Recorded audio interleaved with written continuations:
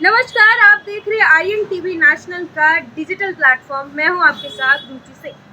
24 नवंबर 2024 की वो मनहूस सुबह, जब यूपी के संभल की सड़कों पर मौत का तांडव खेला गया। पुलिसकर्मी और सर्वे करने आई टीम पर जिस तरीके से उपद्रवियों ने पथराव किया, मानो पुलिस उनके रक्षक नहीं बल्कि भक्षक हो। एक समय ऐसा भी आया जब पुलिस और उपद्रवियों में बस कुछ ही फासले ही बचा था। इतना ही नहीं, संभल के एसपी और उनके पीआरओ पर गोली भी चलाई गई, जो एसपी के पैरों में जाके लगी, जिसे देखकर ऐसा लग रहा था कि पीछे हटने के सिवा अब कोई चारा नहीं बचा।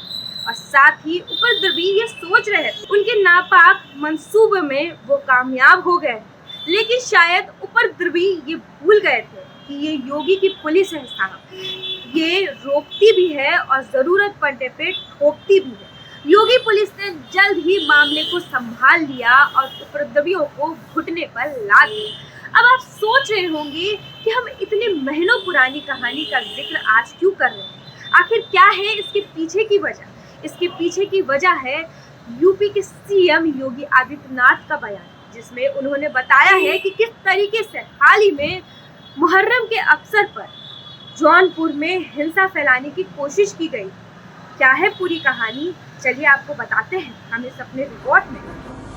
सावन माह में हो रही कांवड़ यात्रा को लेकर फैल रहे विवादों के बीच उत्तर प्रदेश के सीएम योगी आदित्यनाथ ने 18 जुलाई को कड़ा संदेश दिया।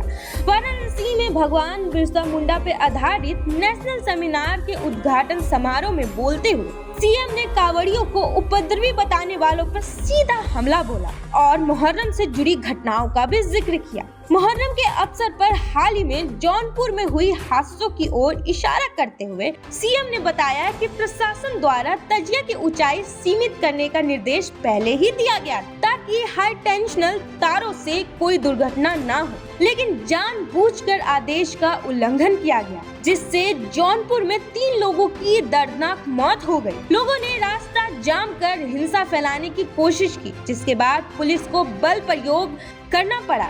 ऐसे में लातों के भूत बातों से कहां मानते हैं। मैंने कहा यार देखो, ये आगजनी की घटना दिखाती है, इसकी प्रकृति दिखाती है कि इस समुदाय ने नहीं किया होगा, पुलिस वहां कार्रवाई करे। मैंने कहा देखो कार्रवाई थोड़ा रोको, देखो मैं बताता हूं अभी। मैंने कहा उसके पूरे वीडियो फुटेज निकालो, तो आप आश्चर्य करेंगे कि आगजनी करने वाला एक व्यक्ति वह केसरिया गमछा बांधा हुआ है, लेकिन आगजनी करते समय अचानक उसका गमछा निकला, आगजनी करते करते उसके मुंह से निकल पड़ा या अल्लाह। तो मैंने कहा देखो, किस समुदाय हिंदुओं की एक जाति को बदनाम करने के लिए संभल में जिस तरीके से मौत का तांडव खेला गया था, उसी कहानी को एक बार फिर से जौनपुर में दोहराने की कोशिश की जा रही, और इस बात का सबूत हमें सीएम योगी के इस बयान से पता चला है। ये ममता का बंगाल नहीं, जहाँ हिंसा हो जाती है और ममता दीदी के कानों में जू तक नहीं रेंगती। ये योगी राज है साहब। यहाँ अगर हिंसा फैलाने की कोशिश की तो कायदे से हिसाब कर दिया जाता है। सीएम योगी ने साफ साफ शब्दों में कह दिया कि ये लातों के भूत है, बातों से मानेंगे नहीं। और साथ ही सीएम योगी ने समाज में हिंसा फैलाने और नियमों की परवाह न करने वालों और दूसरों के लिए समस्या खड़े कर देने वाले तत्वों को 2 टूक शब्दों में कड़ा संदेश भी दिया है।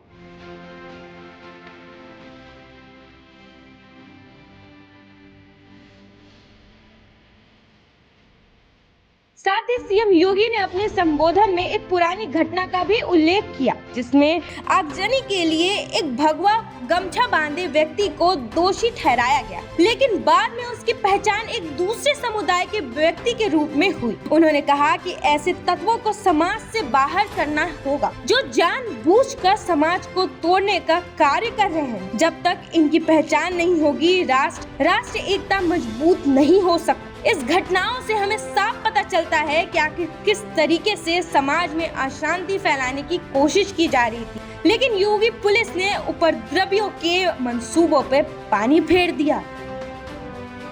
इस पूरी घटना को लेकर और साथ ही सीएम योगी के इस बयान को लेकर आप क्या सोचते हैं, और साथ ही आखिर कब तक लोग अपने फायदे के लिए मासूमों का खून इस तरीके से बहाते रहे।